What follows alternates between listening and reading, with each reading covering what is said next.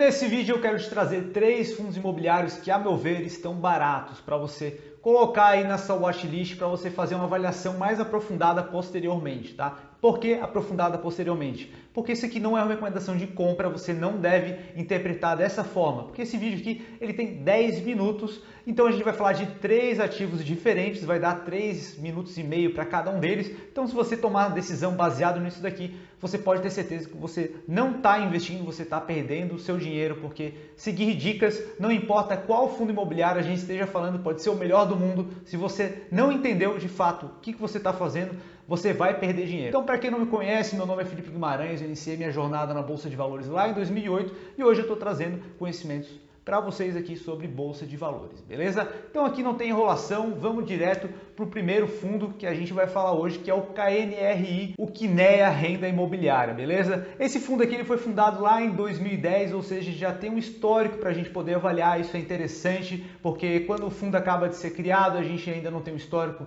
da gestão, não sabe como é que ele lida, então quanto mais antigo a gente consegue pegar um histórico maior e fazer uma avaliação mais acertada, beleza? A gente percebe aqui que eles atuam no setor de lajes corporativas, que acabou sendo afetado um pouco agora durante a pandemia, muitas pessoas trabalharam em home office, eles também têm uma parte de alocação em logística. Além disso, eles também têm papéis, eles investem em ativos que são lastreados no setor imobiliário, tá? Eles não são imóveis de fato, mas são investimentos de renda fixa que têm um lastro no setor imobiliário. Então a distribuição desses ativos, que é o valor que eles têm dentro do fundo, vai ficar alocado da seguinte forma: eles têm 4% em caixa, 86% dos recursos deles estão alocados em imóveis reais fixos, que recebem aluguéis mensalmente, e 10% estão alocados em papel, tá? Então a gente já falou sobre isso. Aqui agora, falando sobre os imóveis, eles têm 19 imóveis atualmente no portfólio, espalhados em 4 estados diferentes. É interessante a gente ver essa parte de diversificação dos imóveis, porque por vezes o que a gente consegue perceber na vida que a gente tem, né? A gente pode ter um imóvel em que a gente é proprietário e a gente coloca para alugar. Se esse inquilino ele sai, a gente perde 100% da nossa renda. Então, quando a gente vê um fundo que ele tem uma diversificação bastante grande de imóveis, a gente consegue ter uma proteção um pouco maior, porque se a gente perder algum inquilino e tudo mais, a gente não vai sofrer tanto, tá? Então, isso é bastante interessante. Sempre olha essa parte no fundo imobiliário para ver se ele tem mais de um imóvel, né? Por vezes é interessante ele ter mais de 5, 6, para ser uma diversificação mais interessante. Passando aqui para frente, a gente percebe que o valor atual de negociação dele está na casa de R$ 144. Isso daqui é caro, isso daqui é barato. Uma coisa que você já pode tirar da sua cabeça é que a cotação não quer dizer se um fundo é barato ou caro. A cotação dele poderia estar em R$ 1.000, R$ 3.000 e poderia ser um fundo barato. A gente não leva em consideração a cotação, porque isso é só a relação entre o quanto há de valor no imóvel e quantas ações, quantas cotas existem em negociação. Então, quanto maior o número de cotas, maior vai ser essa relação do preço do imóvel pela quantidade de cotas que vai ser distribuída entre os cotistas. Então, não leve em consideração o preço, tá? O preço não quer dizer nada. Muita gente me pergunta sobre o MXRF, que a cotação dele é de R$ 10, então é um fundo barato. Isso não tem nada a ver com um fundo ser barato ou não. A gente vai olhar para indicadores de valuation, que a gente vai ver um pouquinho mais à frente aqui, tá? Olhando aqui agora, já em seguida, a gente consegue ver o dividend yield, que está na casa de 5,74%.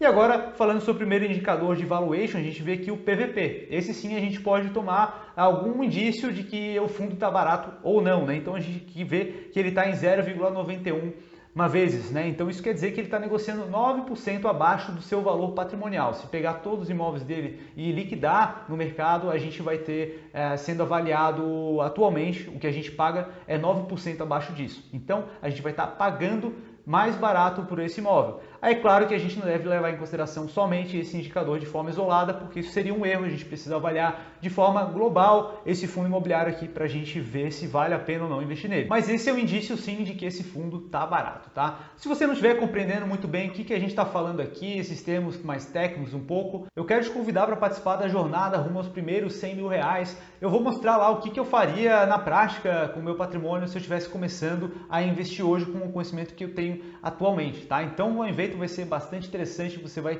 ter muito conhecimento de forma gratuita, ele vai rolar no dia 1, 2 e 3 de novembro, tá? Então vou deixar aqui na primeira linha da descrição o link para você se inscrever no evento, tá? E partindo agora para o nosso segundo fundo imobiliário aqui que a gente tem é o XPLG. O XPLG é um pouco mais recente, ele foi fundado em 2018, porém ele tem como gestora a XP, que é uma empresa de excelente qualidade, conhecida por todas, então a gente pode olhar para ele um pouco mais aprofundadamente agora, né? Então ele tem foco na parte de logística, então eles têm galpões logísticos e industriais também, então é um foco bastante grande nessa parte. Tá? Então, aqui a gente vai perceber que a distribuição dos ativos dele, 7% está em caixa para aproveitar alguma oportunidade e tudo mais, 66% estão alocados em imóveis reais deles e 27% estão alocados em outros fundos imobiliários. Olhando agora para o preço do XPLG, a gente consegue comprar uma cota deles por R$100. E o dividend yield está na casa de 7%. Isso quer dizer o seguinte, que para cada R$100 que você tem, né, aqui fica bem fácil de fazer a conta, você vai receber R$7. Então essa é a conta que você precisa fazer de relação entre o dividend yield e o preço, beleza?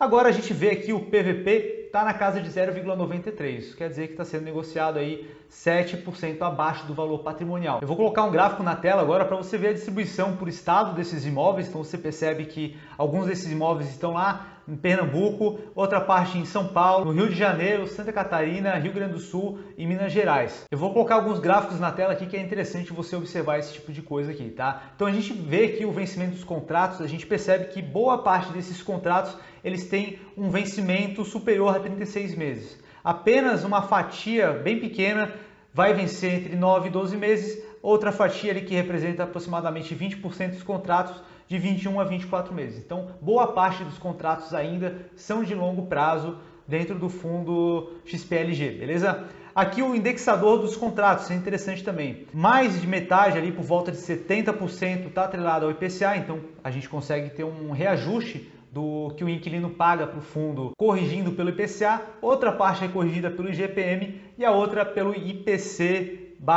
beleza? Bem pouquinho aqui. E o terceiro fundo imobiliário que eu quero trazer para você é o RBRR. Esse fundo imobiliário é do tipo papel, ou seja, ele não tem fundos, não tem imóveis físicos como os outros que a gente acabou de citar anteriormente. Eles vão focar em títulos de renda fixa que estão atrelados a indexadores como o CRI, que é um indexador que está atrelado ao setor imobiliário. Então, esse tipo de imóvel aqui, a gente vai ver ele investindo em títulos de renda fixa e também em outras cotas de fundos imobiliários, tá certo? A gente vê aqui também que a precificação dele está por volta de R$100, atualmente mais precisamente em R$98, e o dividend yield dele está um pouco acima dos outros que a gente viu anteriormente em 8,26%. Isso porque o CRI é atrelado ao GPM, que teve uma alta bastante grande, então quem tem esse tipo de fundo imobiliário aqui está recebendo um rendimento acima da média, beleza? A gente vê que o PVP está próximo de 1, 1 seria o valor justo, então 2% abaixo do valor justo desse fundo imobiliário aqui. Agora eu quero saber de você, você tem algum desses fundos aí na sua carteira? Teria algum fundo que você colocaria nessa lista aqui? Comenta aqui nos comentários e também deixa uma sugestão de próximo vídeo aí, se tem algum fundo, alguma ação que você gostaria que eu comentasse aqui no canal. E também não se esquece de se inscrever lá na jornada rumo aos primeiros R$100.000, tá? Vai ser incrível, vai ser show demais, beleza? Agora eu vou deixar 2 vídeos que eu acredito que você vai gostar.